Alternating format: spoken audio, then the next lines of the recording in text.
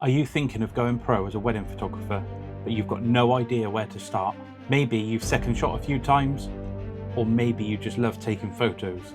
Either way, this video is your complete step-by-step guide to starting your own wedding photography business the right way. I'm going to walk you through everything, from gear, to branding, to building a killer portfolio, pricing, and even booking your first wedding. Let's build this thing together.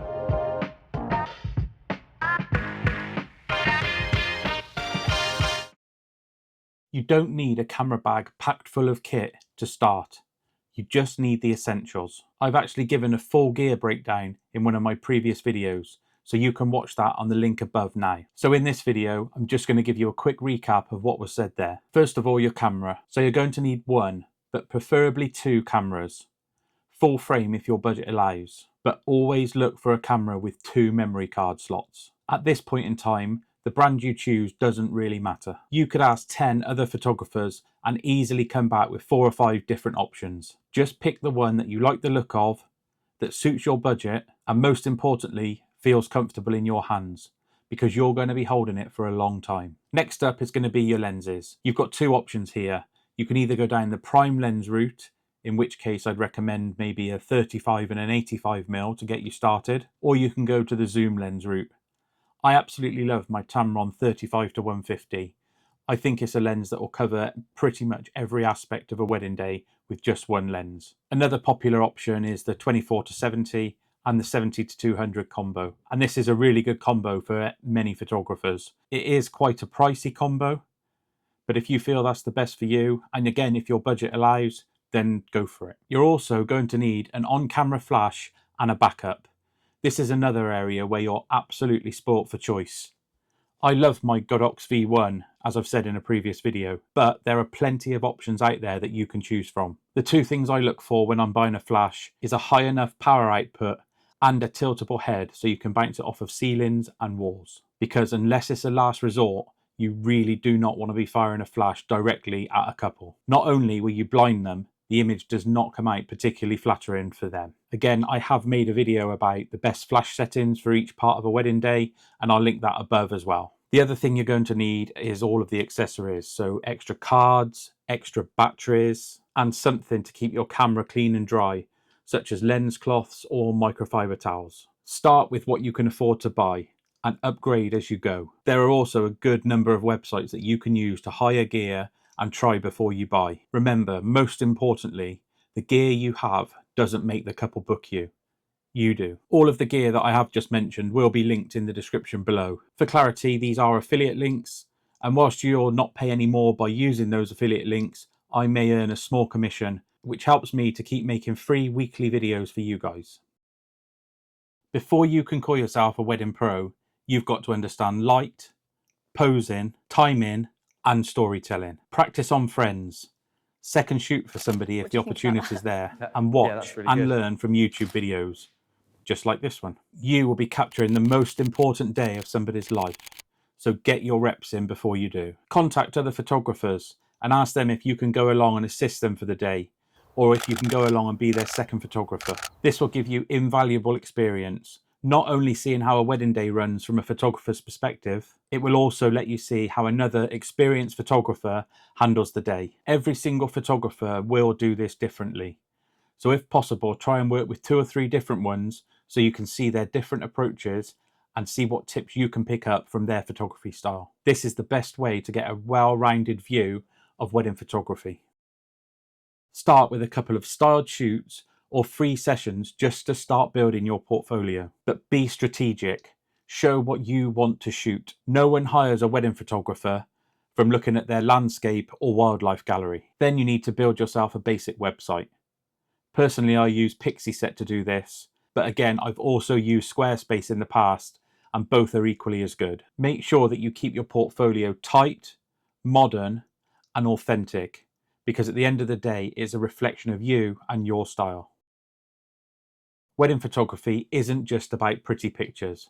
There are a few other things that you're going to need to do before you shoot your first wedding. But in the interest of being open and honest, Some of it will come with an initial cost. That being said, you can pay for most of this stuff monthly, so there aren't any large amounts leaving your bank account before you've got any money coming in. Firstly, you're going to need a legit business name, not only so you can start building your brand, which is very important, but so you can register your business for tax purposes with your local government. Make sure you check the rules locally so that you know exactly what you need to do to work within the legal guidelines. This one I cannot stress enough. Get some good insurance and don't think about taking on any work until you've at least got your public liability insurance sorted. Kit insurance is also important. Make sure that you find a company that offers you quick replacements in the case of any breakages or loss of equipment. You never know when you might need it. Contracts are really important. Make sure that you get one signed before you take on any paid work, just so that your couple know what to expect from you, what you can do and what you can't do. There are plenty of example contracts online that other photographers have posted that you can download and tweak to match your business. Remember, whatever job you're taking on, get a contract signed first by all parties. Doesn't matter if it's a friend, a family member, or a new client. They all sign the same contract.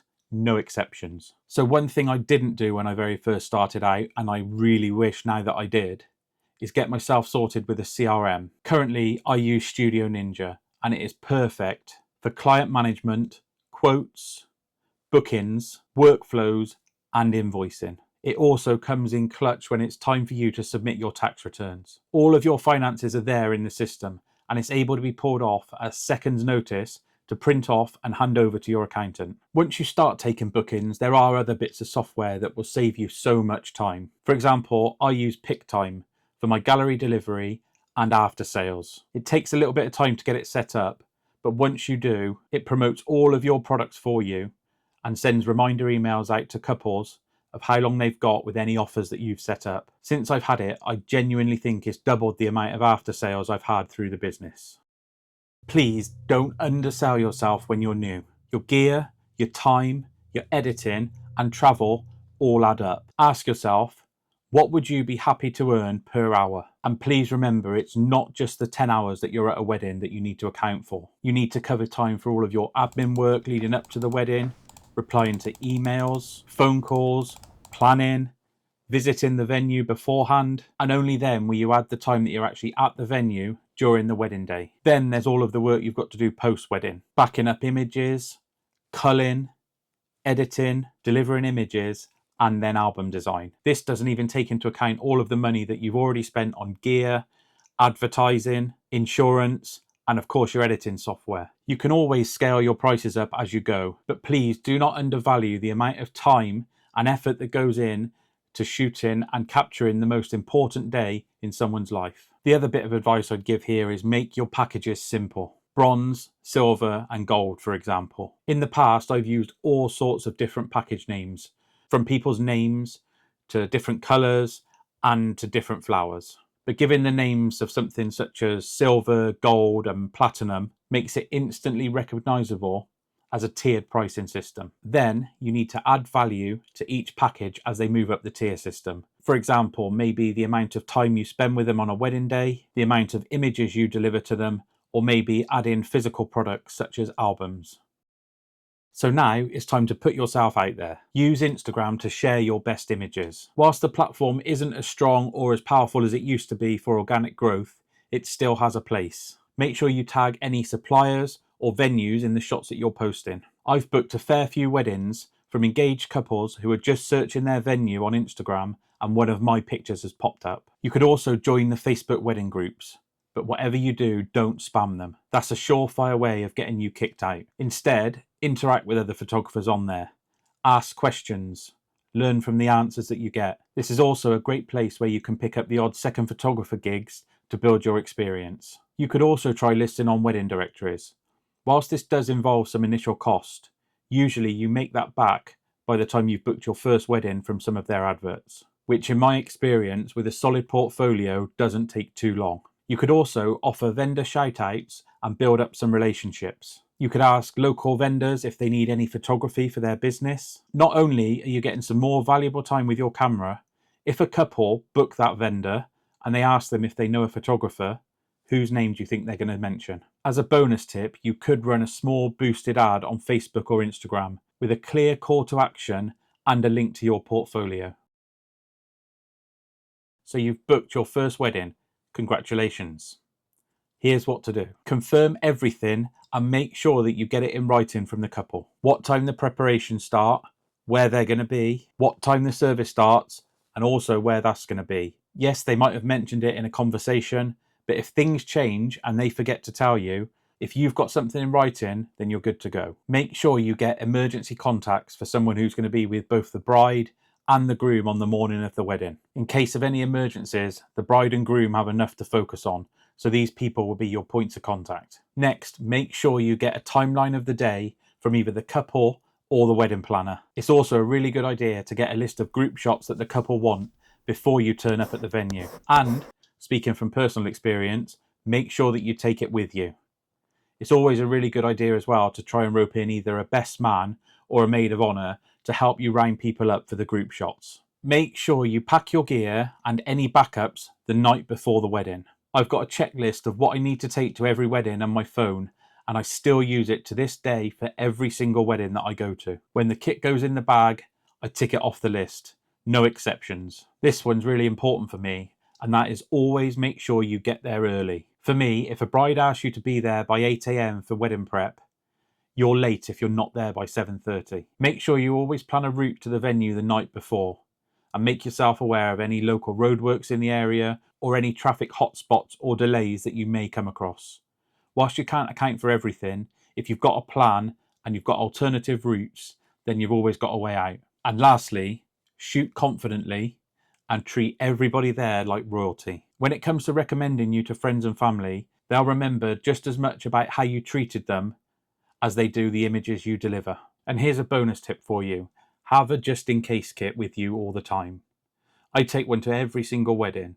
In it, I carry things like hay fever tablets, painkillers, safety pins, a pen, phone chargers, snacks, and of course hairbands. Strangely, you wouldn't believe the amount of times I've been asked for hairbands and pens at wedding days. And it's always good to have safety pins with you for any dress-related emergencies. If you can come through with these items, people remember. I'm not saying it'll book you more weddings, but it might.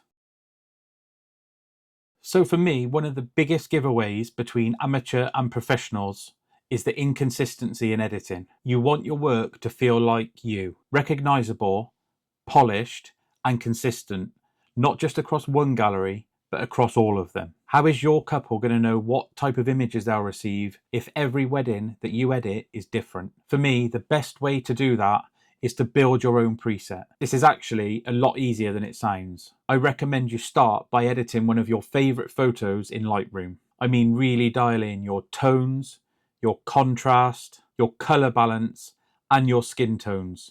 All of it. Once you've got something that you love, save it as a preset, and then boom, that becomes your baseline for every image you edit in the future. Now here's the important part. Every single preset is just a starting block. And that's because every wedding is different. Different lights, different colors, and of course different locations. So don't expect for one click to fix all. You'll still need to tweak the exposure, white balance, and highlights and shadows of every single shot. Think of your presets as a style guide, not as a one-size-fits-all. I also recommend having two versions of your presets, one for your color images and one for your black and whites. That way you can apply your presets consistently, whether it's golden hour portraits or gritty dance floor candids. If you want to speed up your editing and create a consistent look without the hassle of having to build your own preset from scratch, my personal Lightroom preset, that's the one I use at every single wedding, is available in the description below for a really low price. It's helped me over the years to deliver galleries faster and stay consistent across an entire wedding season. Now I know that starting a wedding photography business may seem scary, but trust me, you learn by doing. Get the basics right, show up prepared, and grow as you go. If this video has helped you, I would love it if you could drop me a like and leave me a question in the comments. And don't forget to hit subscribe for weekly wedding photography tip videos, gear reviews, and behind the scenes at actual weddings that I'm at. And I will catch you all in the next one.